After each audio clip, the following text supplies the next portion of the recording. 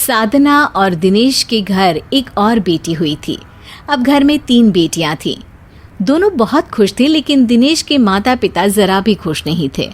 उन्हें दुख था कि बहू को अब तक एक भी बेटा नहीं हुआ।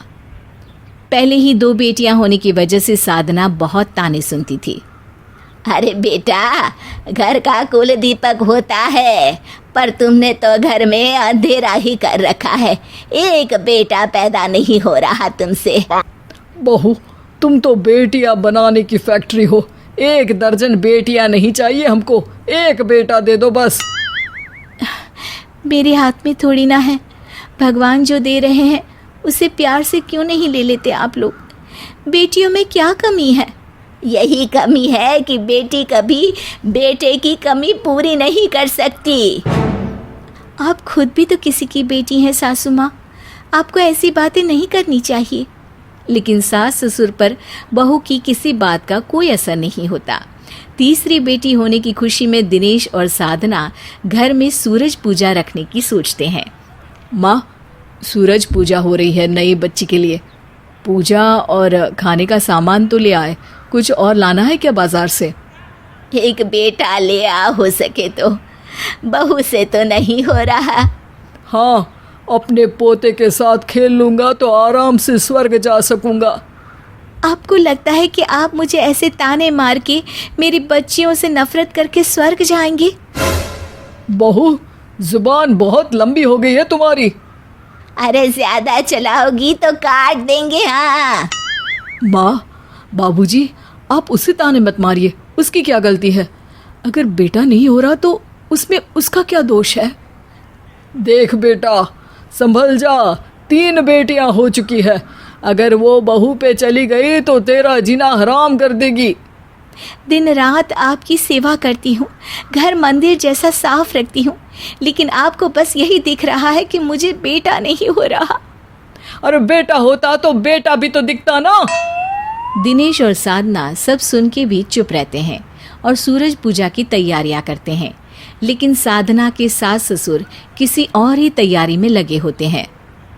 दीनालाल की बेटी है ना, वो अच्छी रहेगी। हाँ, सही कह रहे हो आप। चलो आज ही बात करने जाते हैं। सास ससुर पूजा में शामिल नहीं होते और घर से बाहर कहीं चले जाते हैं। पूजा खत्म होने के बाद जब दोनों घर लौट कर आते हैं तो दिनेश पूछता है, अरे कहाँ थे आप लोग? अपनी पोती की सूरज पूजा में तो शामिल होना चाहिए था। हाँ, एक बार इस बच्ची को गोद में तो उठा लीजिए आप लोग।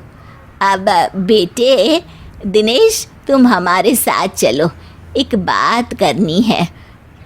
कहो ना, क्या बात करनी है माँ?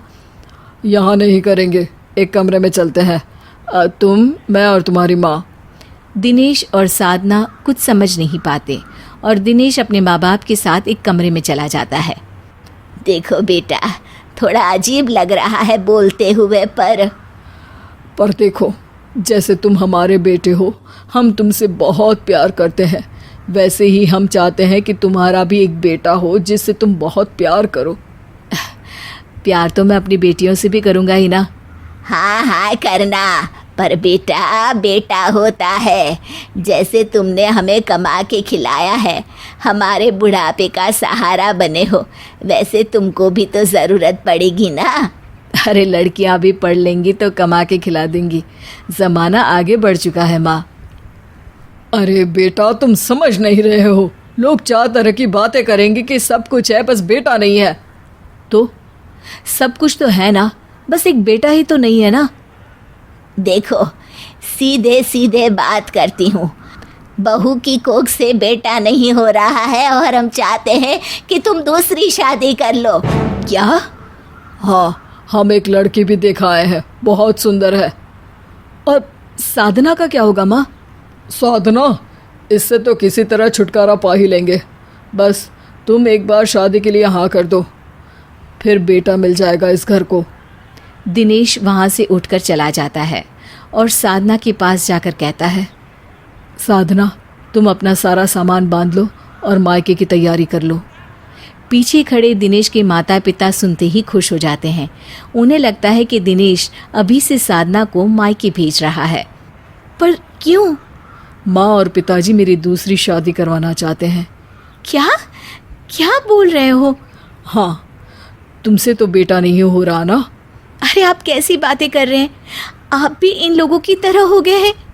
क्या जादू कर दिया है इन्होंने आप पर? अब घर में नई बहू आएगी। साधना रोने लगती है। दिनेश उसे रोते हुए देखकर कहता है, रोना बंद करो, मैं भी तुम्हारे साथ चलूँगा। मेरे माँ बाप चाहते हैं कि घर में एक नई बहू आ जाए तो लाने दो, लेकिन इस घर से इनका एक बेटा यानी कि मैं आज विदा हो जाएगा। बेटा, क्या हो गया है तुम्हें? अकल आ गई है माँ, आपको बेटा चाहिए ना। जो है उसमें संतोष नहीं है, तो जिसके होने से संतोष नहीं है वो घर में क्यों रहे। हम सब जा रहे हैं ये घर छोड़कर। और रही बात दूसरी शादी की, तो साधना को छोड़ के किसी और के बारे में मैं सोच भी नहीं सकता। नई बहू ले आइए, और बेटा बाजार में मिलता हो तो उससे भी मंगवा लीजिए, पर हम जा रहे हैं।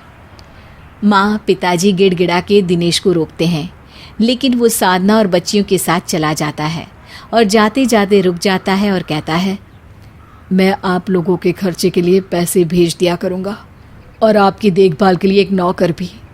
माँ पिताजी रोने लगते हैं। साधना की सबसे बड़ी बेटी उनके पास जाकर उनसे गले लग जाती है, मगर दिनेश उसे वापस अपनी तरफ खींच लेता है। बहू से बेटा पाने के लालच में माँ और पिताजी अपने बेटे को भी खो देते हैं।